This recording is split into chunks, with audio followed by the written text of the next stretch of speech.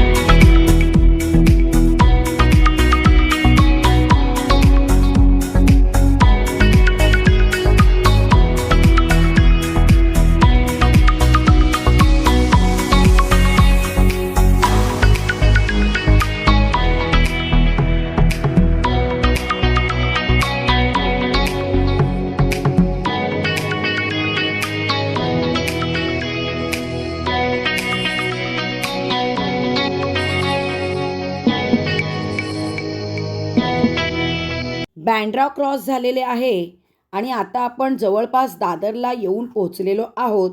तर चला आपण आता पाहूया श्री सिद्धिविनायक गणेश मंदिराचा इतिहास. मध्ययुगामध्ये विनायक म्हणजेच गणपती या देवतेला गणपतीचा एक वेगळा धार्मिक संप्रदाय होता. त्याला गाणपत्य संप्रदाय असे संबोधले जात असे आणि या संप्रदायानेच गणपती म्हणजेच विनायकाला लोकप्रियता दिली होती. वाटेत या व्यक्तीमध्ये मला साईबाबांची छवी दिसली. दादरमधील प्रभादेवी या ठिकाणी जी सिद्धिविनायकाची मूर्ती आहे ती रिद्धी सिद्धी यांच्यासोबत वसलेली आहे. म्हणूनच याला आपण सिद्धिविनायक असे म्हणतो. या मूर्तीमध्ये आपल्याला पाहायला मिळेल ते म्हणजे या गणपती बाप्पाच्या मूर्तीच्या 2 डोळ्यांच्या वर बरोबर मध्यभागी एक नेत्र पाहायला मिळतो. म्हणजेच ही मूर्ती तंत्रशास्त्रानुसार घडवलेली आहे. प्रभादेवीच्या या सिद्धिविनायकाच्या मंदिराची नाळ थेट दक्षिण मुंबईतल्या बाणगंगेशी जोडलेली आहे. या बाणगंगेच्या संकुलामध्ये सुद्धा एक छोटीशी श्री सिद्धिविनायकाची मूर्ती आहे. जी मूर्ती हुबेहूब प्रभादेवीच्या मंदिरातल्या मूर्तीसारखी दिसते असा ऐतिहासिक संदर्भ आपल्याला सापडतो. 1801 सालीच्या आधी एक छोटेखानी मंदिर होते.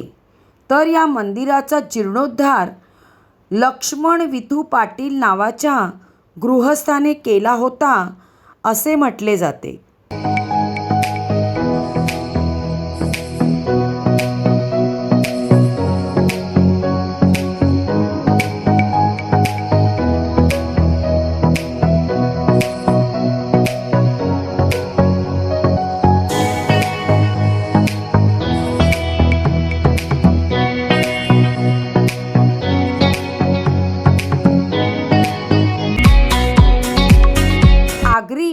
आणि कोळी हा समाज मूळ मुंबईकर आहे.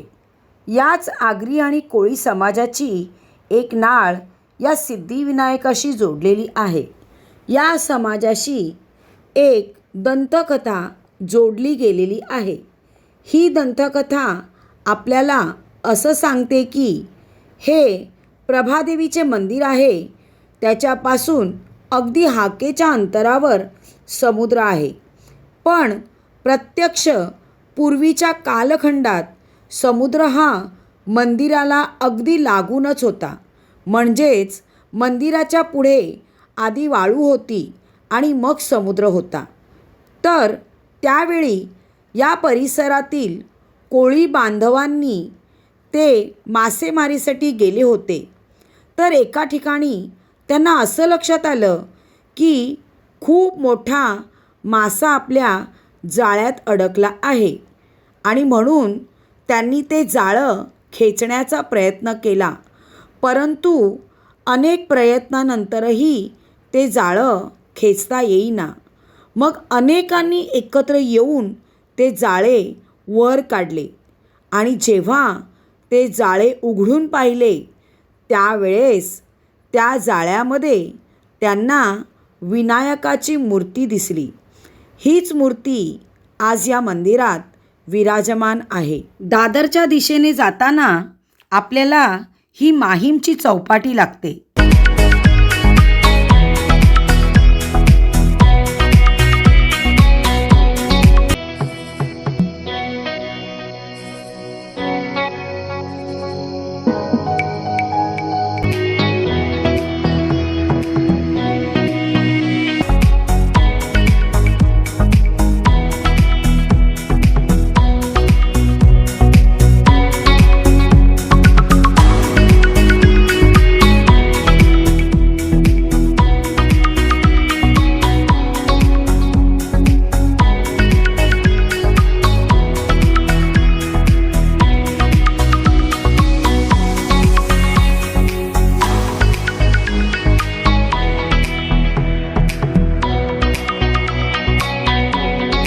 हे आहे शिवाजी पार्क.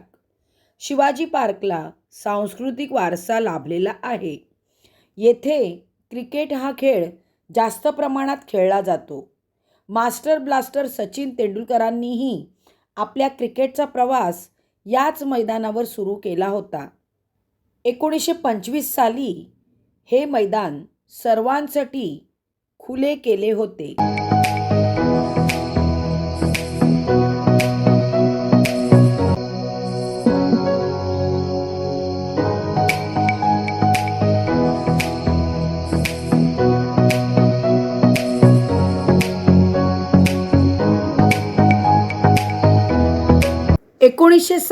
मध्ये छत्रपती शिवाजी महाराजांचा हा पुतळा उभारण्यात आला.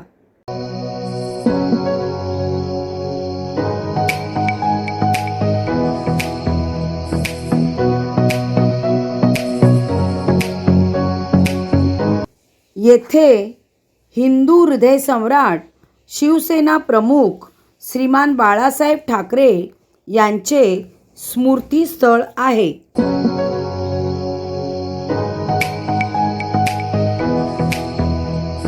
आता आपण जाऊया डॉक्टर भीमराव आंबेडकर समाधी स्थळाकडे.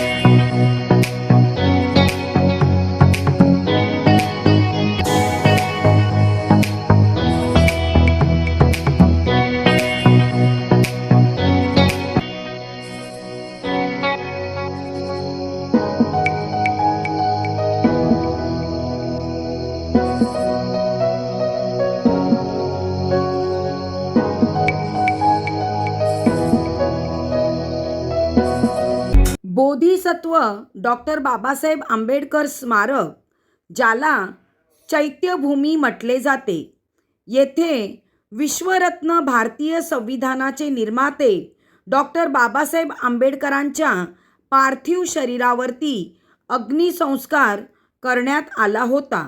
हे आहे मुख्य चैत्यस्तूप.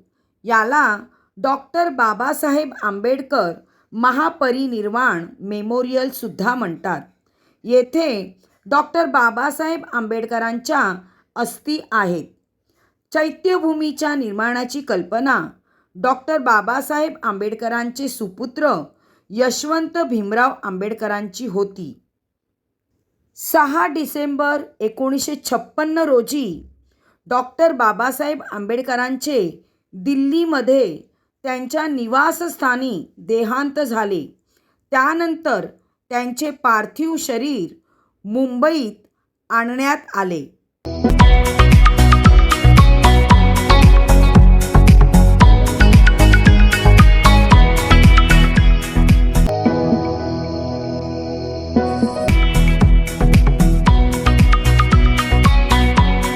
चला, आता आपण सिद्धिविनायकाच्या मंदिराच्या परिसरात येऊन पोहोचलेलो आहोत. तर 1801 साली हे मंदिर एक छोटेखानी होते. या मंदिराचा जीर्णोद्धार श्री लक्ष्मण विठू पाटील नावाच्या गृहस्थाने केला होता. त्यावेळेला दिनूबाई पाटील नावाची एक महिला होती. तिने या मंदिरासाठी आर्थिक मदत केली होती. त्या निसंतान होत्या.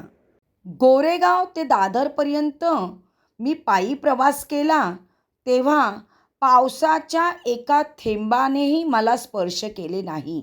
परंतु जसे पाऊल मी मंदिराच्या परिसरात ठेवले त्याच क्षणाला जोरदार मुसळधार पावसाचे आगमन झाले आणि त्या क्षणाला ना माझ्या पावलांवरती जेव्हा पावसाचं पाणी गेलं तेव्हा मला असं वाटलं जसं काही माझी पावलं धुवून निघाली आणि मी स्वच्छ होऊन मंदिरामध्ये प्रवेश करते आहे. आणि हा एक चमत्कारच आहे माझ्या गणपती बाप्पाचा. ओम गंग गणपते नमः.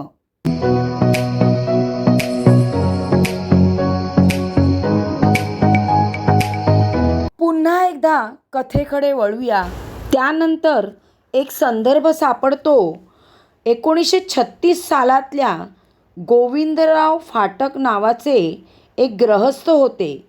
ते याच परिसरामध्ये राहत होते आणि त्यावेळेस इथे असलेल्या कापड गिरणीत काम करायचे. हा संपूर्ण परिसर गिरणगावाचा परिसर म्हणून ओळखला जायचा आणि या गिरणगावाच्या उत्तर टोकाला हा प्रभादेवीचा परिसर येतो. गोविंदराव फाटक हे जांभेकर महाराज जे आध्यात्मिक गुरु आहेत त्यांना ते मानत असत. त्यांच्या आज्ञेवरूनच सिद्धिविनायकाच्या मूर्तीची पूजा अर्चा गोविंद फाटकांनी सुरू केली. आध्यात्मिक गुरु श्री जांभेकर महाराज हे श्री स्वामी समर्थांचे शिष्य होते. त्यांनी श्री स्वामी समर्थांच्या सांगण्यावरून या परिसरात एक मंदाराचे झाड लावले. या झाडाची पूजा ही अतिशय पुण्यकारक आहे. हे मंदाराचे झाड अजूनही आपल्याला मंदिरात पाहायला मिळते. नंतरचा संदर्भ गोविंदराव फाटक जेव्हा सेवानिवृत्त झाले त्यानंतर 1973 एका विश्वस्त मंडळाची स्थापना करण्यात आली आणि त्यानंतरच सिद्धिविनायकाच्या मंदिराचे काम या विश्वस्त मंडळाने पाहिले.